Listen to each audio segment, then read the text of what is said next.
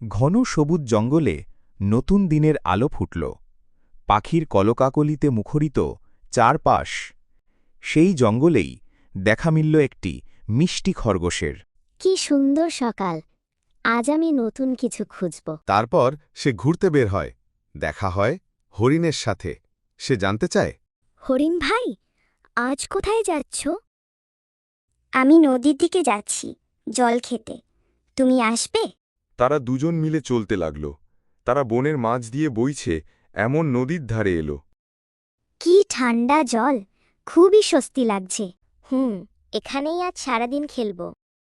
এদিকে এক চালাক শেয়াল খাবারের খোঁজে ঘুরছিল। চলার পথে সে খরগোশ এবং হরিণকে দেখতে পায়। এরপর সে গাছের আড়াল থেকে তাদের ওপর নজর রাখে আর মনে মনে বলে, এরা নিশ্চয়ই আমার কাজে লাগতে পারে। ওহে বন্ধু, হরিণ আর খরগোশ, আজ কত সুন্দর দিন, তাই না? হ্যাঁ, কিন্তু তুমি এখানে কি করছো? আমার মনে হচ্ছে শেয়াল আমাদের ধোঁকা দেবে। চিন্তা করো না, আমরা একসাথে থাকলে সে কিছু করতে পারবে না। হঠাৎ ওপর থেকে কয়েকটি রঙিন পাখি চেঁচিয়ে উঠে বলল, সাবধান, শেয়াল তোমাদের ধোঁকা দেবে। আরে ধুর, এতজন মিলে আমাকে আটকাচ্ছে, ভাল লাগে না।